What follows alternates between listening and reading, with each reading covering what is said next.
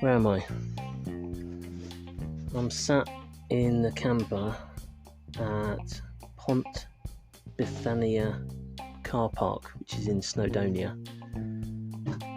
Just walked up. Where did I go? I went to so basically I'm currently adventuring based on different wild places in the Wild Guide Wales book by a publisher called Wild Things Publishing. Not getting any money from them to say this, but I would love to, because I'm always talking about places I've been to in their book, which is really cool. So Wild Things Publishing, if you'd like to help contribute to my living costs, it would be much appreciated. I already promote you, so I wouldn't be doing it for the money. It would just help. Anyway, where did I go? So I went up to Cumlan Quarry, Snowdon. The book says just off the Watkin Path, look out for the ruins of Plas Cumlan, the old mill, workers' barracks and old quarry pits. So I ran and walked up to that, and then I ran down to Cumlan Falls, just next to the Watkin Path, and the book says cascading down the mountain, deep blue and decked with rowan, these sunny south-facing pools are popular with Snowdon walkers. Footpaths lead on up to the ruins that I've just told you about. So, and I'm just come back down to the car park. It's on the main road, but it's pretty quiet, to be honest. Well, I say quiet in terms of it's not like you're near a busy road where cars are rushing past. Sort of cars gently driving past occasionally. Car park's busy, but I always get up early and never have any problem parking, to be honest. Apart from if I'm up early on a Sunday. Oh, somebody screaming in the car park. If I'm up early on a Sunday, then I found today anyway, because today's Sunday, that that's actually not the best way to find a parking spot. If it's spots where you can park wild, because there will often be people parked still there from the Saturday night. However, this is a car park where you're not allowed to overnight, so that's why when I got here it was pretty quiet, and it was a perfect parking spot as well.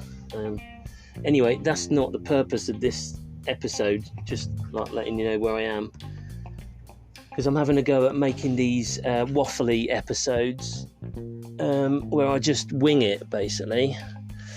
So this one contains swearing, so I apologise in advance. If you don't like swearing, then it's best to turn over.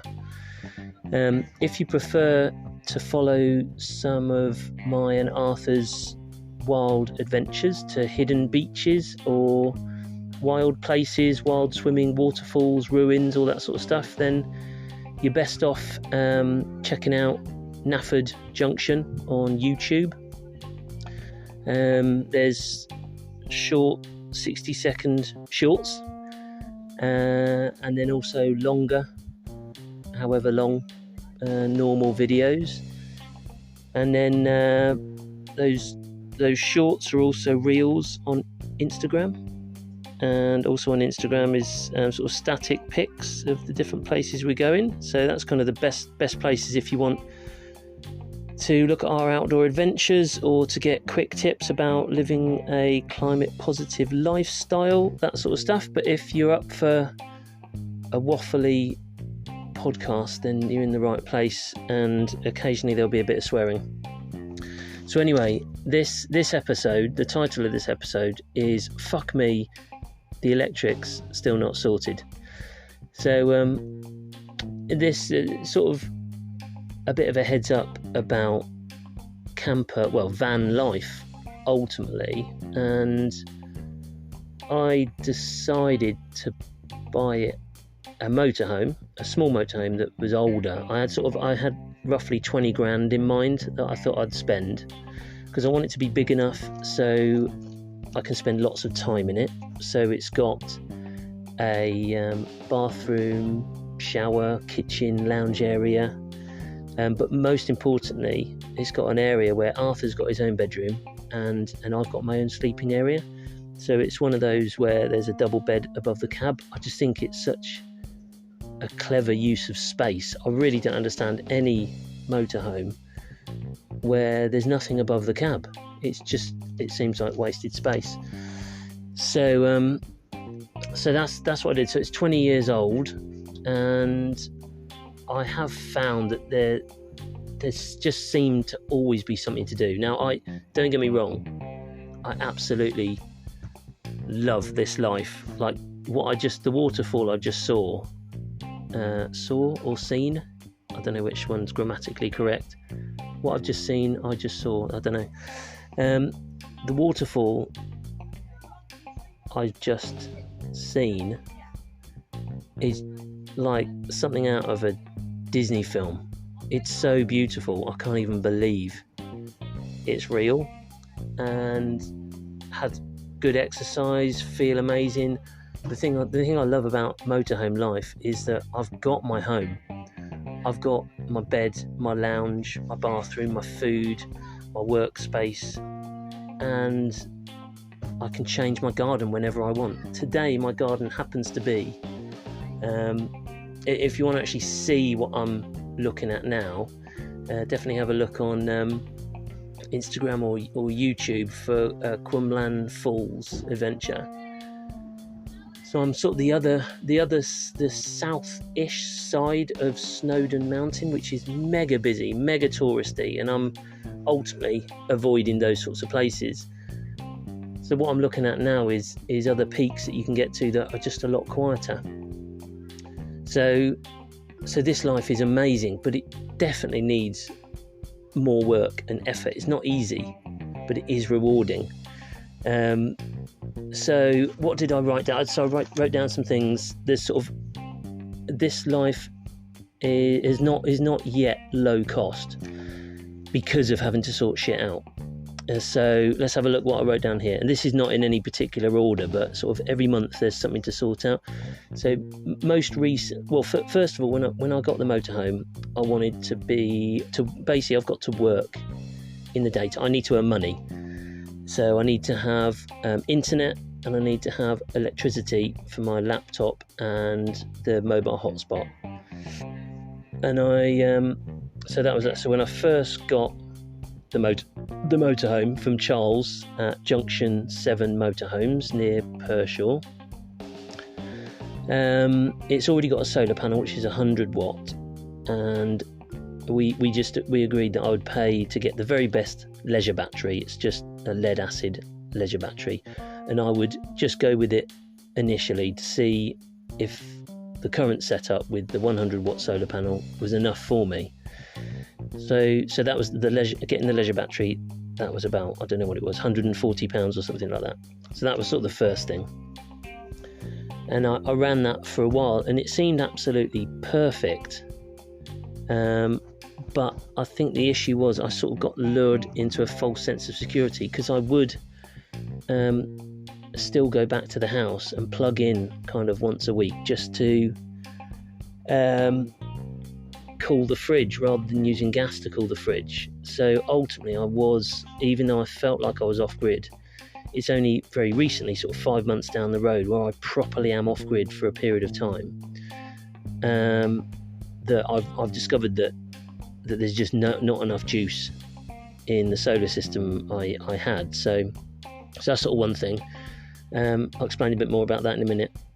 So then I decided that I do find it quite stressful getting to places and not having an internet connection. Again, in the scheme of world problems, it's not stressful at all, but I don't want to let people down, and I don't want my off-grid lifestyle to get in the way of the work that I do for people and with people. So I decided to get the Starlink satellite internet kit. So I got all that, plugged it in, and it didn't work. And at the time, I was doing a bit of a hack system, in that there was a 12-volt old-fashioned TV socket on the wall. So I got a sort of converter that went from that to a cigarette lighter socket, and then I plugged in an inverter that I also got from Charles, a 300-watt inverter from Maplins, into the cigarette lighter, and that's how I was powering everything. And that was all fine while I was using the EE 5G Smart Hub and my laptop and all that sort of stuff. And then I went to plug in the Starlink, and it just wouldn't run it at all. It kept on turning on, turning off, turning on, turning off. So then I'm like, well, I've just bought the Starlink internet kit. Now I need to sort out the inverter. So then with Dan at Leisure Works Services near Redditch. So that was another thing. Get the inverter installed, and then getting the inverter installed was he just finished before I was going to drive up to Scotland with Arthur for his summer holidays, and then we're going to stay with my mum for a week, and then we were going to travel around for a week, basically. Do this Scotland Northwest 500, and anyway, so got to my mum's and plugged it all in, and it was all working fine. And then I unplugged, so I was basically plugged in to the proper electric at my mum's, and as soon as I unplugged that, the alarm started going off on the inverter. Even though I thought I was plugged in, I was plugged into the socket that Dan set up just to work with the inverter.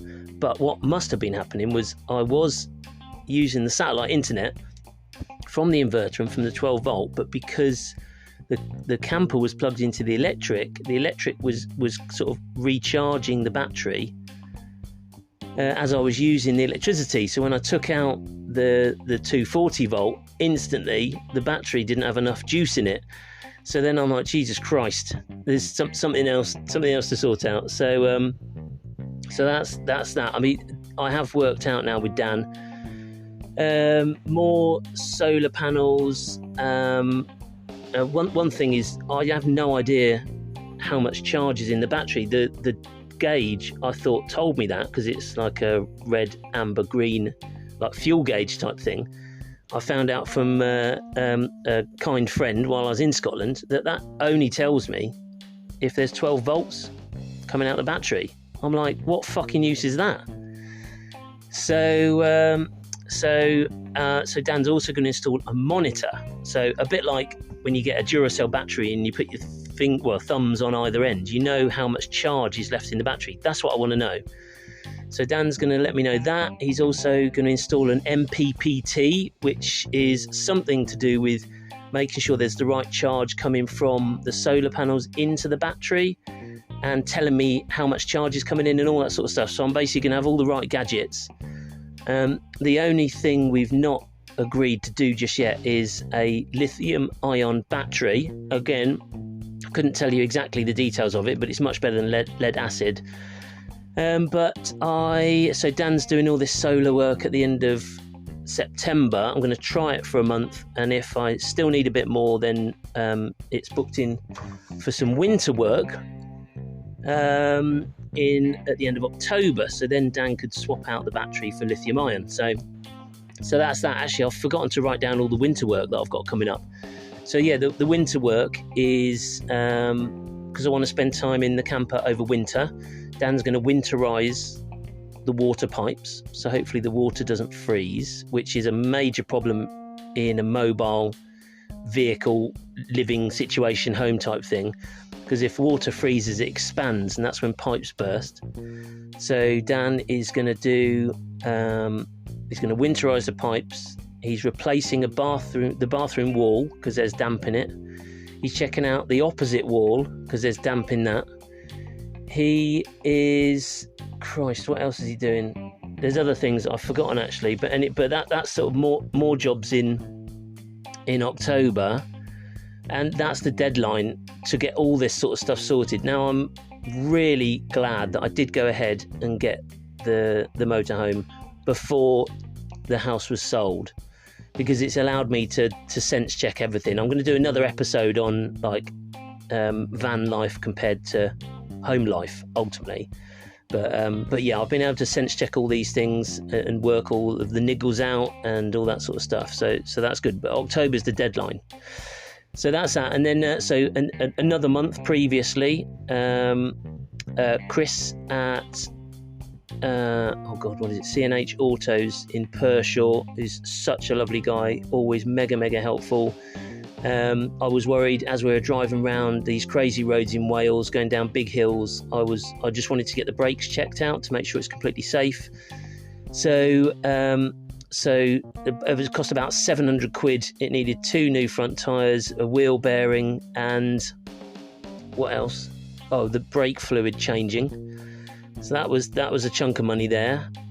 Previous to that, Charles was doing some work because the fuel pump was making a noise. So whilst that was being replaced, I asked Charles to get it polished. To polish the thing was 400 odd quid. But again, I'm in this for the long term, and I want to really look after this motorhome. So that was another chunk of money. I then found out that the shower tray had very thin hairline cracks in it. So one day after I was having a shower, I was inside the main bit of the motorhome, and I saw water coming out underneath the bathroom wall. So I'm shitting myself because water eats away at stuff. I hate water leaks inside living spaces. It just scares me to death. So that's one of the things that Dan is doing in the winter work in October, that you can kind of spray the inside of a shower tray, so the shower tray almost becomes the mould, and you spray it to seal it. So he's doing that. And then another thing that Charles had to fix it within the 3-month warranty, which, bless Charles, he was good as gold with the 3-month warranty. The shower tap was broken, so that needs to be replaced. It was basically split. And it was dripping water into the bathroom cabinet. Then I had some IKEA wire shelves that clipped together in the house that I wasn't using then, and I was like, oh, hang on a minute, they might be the right size. So I basically added those into the wardrobe, so Arthur and I have got proper shelves for putting our clothes on, so that was all good. But then I noticed as we're driving around tight twisty roads, the wardrobe door kept on coming open. So I basically got a hook and latch from Brown's Home Hardware in Pershore. That sorted out the wardrobe. Then it's the things you take for granted having a house with all the appliances is laundry. What are you going to do to wash clothes? Luckily, on Pershore High Street, there's an amazing laundrette, a laundromat. So, do you know what? I actually don't know the lady's name. I should do, because she's so helpful. So I basically go in there on a Thursday, if it's a week when I'm with Arthur, and I'm about to say goodbye to him on a Friday for another week. Or I go in there on a Friday, if it's a week when I'm collecting Arthur on a Friday, and basically drop off my laundry, collect the last week's laundry that's all properly washed and dried. £12.50 per big co-op size shopping bag. It's an absolute no-brainer. I don't want to do washing. I want to do other things with my life. So it's such a no-brainer. I wish I'd done it before. But anyway, that was sort of, I had to sort out laundry and work it out. Now this launch, she's super busy. There's no website. She doesn't pick up the phone. So it was that was another thing that was a bit of a stress trying to work it out. But in the end, and when I went along, she was never open, but I was going along either too early or too late. So anyway, getting the laundry sorted was a big thing. Doing the shopping, so I've had to decide what am I going to do for shopping. I was doing Abel & Cole organic fruit, veg and shopping, delivered every week on a Thursday, nice and easy. But if I'm not at a permanent address on a Thursday, then that becomes tricky. So, but I've chilled out, basically. I'm just not worrying about having a week's shopping. I basically, if it's a week when I'm with Arthur, or if it's a week when I'm collecting Arthur, so Arthur and I are together every other every other week from a Friday to a Friday. So I'll either go to Waitrose in Evesham at the same time as going to Marino in the amazing Empty Jars refill shop on Evesham High Street. So I'll either go there, or anything I can refill I do wait and get from Marino. But anything that's shopping, if I haven't got it from Waitrose, and I try to only get the minimum things from Waitrose, apart from that, I'm basically finding farm shops when I'm out and about. So it's a nice way to support local businesses, put money into the economies that I'm travelling to. All good. So shopping, that's shopping sorted. Then I've got to think about water. Now, obviously, I can pay to go to campsites, but that's like an expensive way to do it. So I've got a barrel that Marino kindly gave me, 20 litres, and I'm topping it up with river water from beautiful, pristine rivers. And then I'm using the Lifesaver bottle to filter the water to drink. So that's working out really well. I'm not quite brave enough to fill up my onboard water tank with the river water just yet. That would be a lot easier, but maybe I'll see how it goes. My plan is, once the house is properly sold and I've got the money, is to buy a Lifesaver jerry can. So that holds about 20, I think, or 25 litres of water. So that'll work perfectly. And then what else? Then I'm thinking of security. So the other thing I needed to get were these window locks. So there's a company, Lock M Out, that make these brilliant window locks. They're so simple but ingenious. So there was getting window locks. Then I wanted to get a wheel clamp. So I got a wheel clamp. Then I wanted to get a steering wheel lock. So I got a steering wheel lock. So the ones I went with, I'm just getting up to go and remind myself of them. So there's, what's it called? SBD, Secured by Design. Have a look at that website. That's where the security devices are all approved by the police, I think, or somebody like that. So I basically got the disc lock. You've probably seen it on certain cars. It's like the one that goes all the way around the steering wheel. And then I'm just getting out now. What is it? It's, then the wheel clamp is called Stronghold. That's what's on the side anyway. So that was the security sorted. So that was another thing. Then what else? Then it's thinking about gas bottles. I need gas bottles. So I found a hardware shop that is in Pershall. So if I'm there, I'll wander along and swap out empty for new. I don't know if it's changed now, but at the time you couldn't go to a Cala dealer and just buy a new bottle.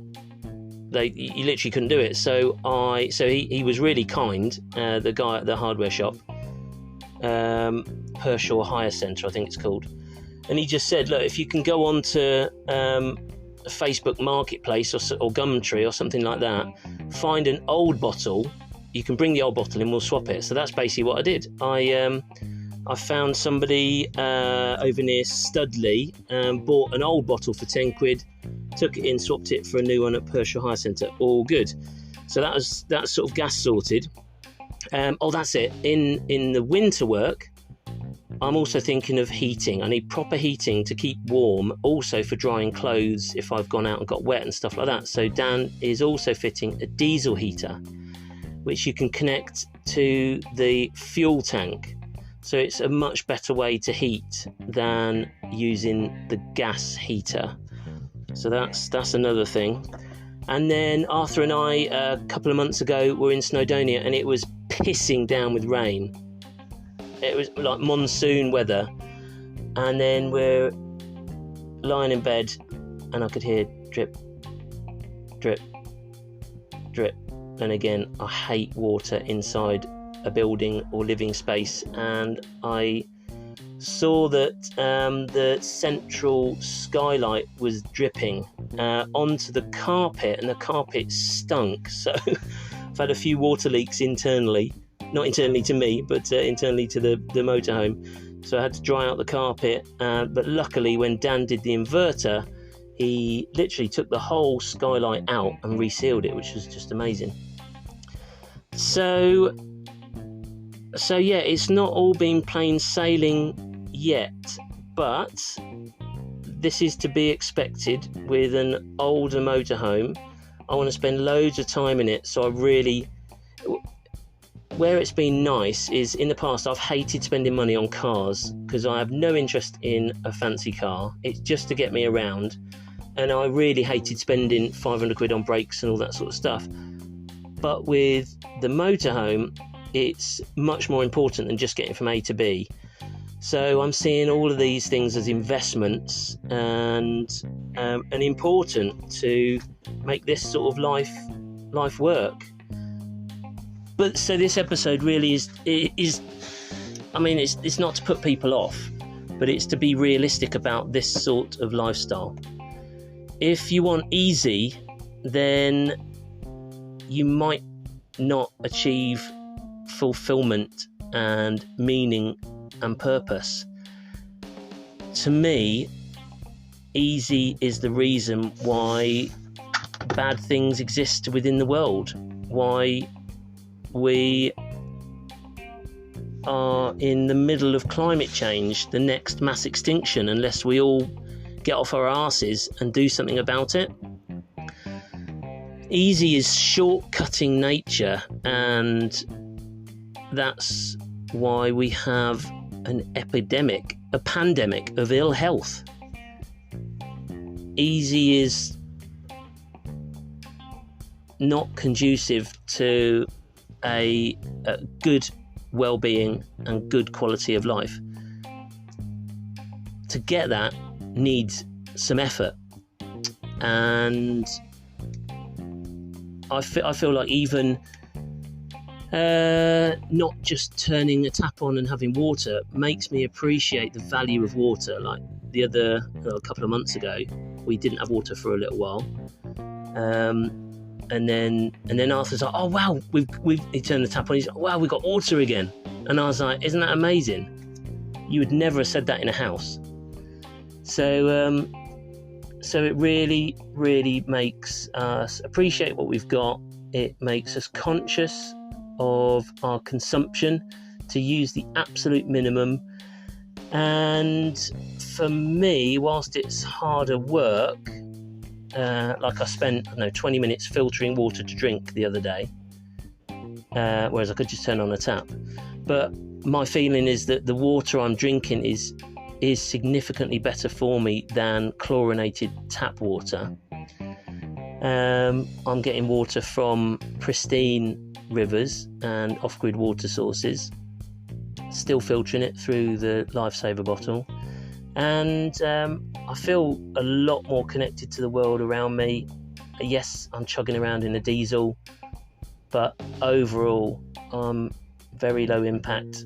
I'm conscious of everything I'm doing, and also the reason to get out and about is hopefully inspiring others to live a climate positive lifestyle where we consider our consumption, we do everything to not create waste in the first place, we connect to the world around us, we pick up rubbish when we're out and about, and we live a lifestyle that does everything to improve the planet for future generations and for ourselves.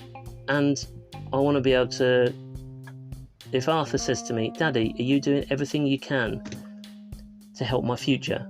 I want to say to him, yes. So there we go, almost 30 minutes, wow.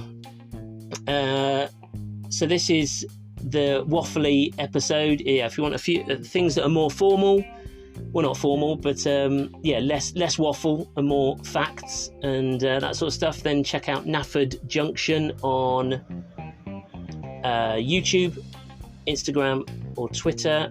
I'm not using Facebook anymore. I know Instagram's owned by Facebook, well, Meta, but I'm just prefer not to use Facebook, so I'm sort of still got a profile there, but I'm just not posting anything anymore. yeah, check out those profiles. And if you want some hints and tips and how-tos and guides on living a climate positive lifestyle, then do check out the website. It's naffordjunction.co.uk, and on there you'll find Vote with 6 steps to get started with sustainability, roadmap with loads and loads of ideas and how-tos on living a climate positive lifestyle, everything from simple and free to needs a bit more effort and money, or the directory, which is an a la carte list of the companies that I've hunted out through my life, companies that are doing good stuff in the world that you can buy from to help you be climate positive. There's a couple on there where I would get a commission, like Abel and Cole, but basically I had set everything up so I could get Amazon affiliate commission, but in the end I did nothing to generate enough traffic through the website. So whilst there might be some Amazon links on there, I'm actually not earning any commission off that. So basically all of this is philanthropic at the moment. I'd love to work with more purpose-driven organisations and help their marketing to thrive. But for now, this isn't about money. It's about hopefully reaching a few people that have an interest in the stuff that I'm doing. And if it can inspire a few people, if it can inspire a few people to reduce their consumption and waste and live climate positive and do all the good stuff that can help our future, then that's all I'm trying to achieve at the moment. Thanks for listening to this one. In future episodes, there'll be more waffly things, basically, about, I suppose, working out and about, being a dad with a son, and other things like that, basically. So, that's it for this one, and check back again soon. Thanks for listening if you got this far.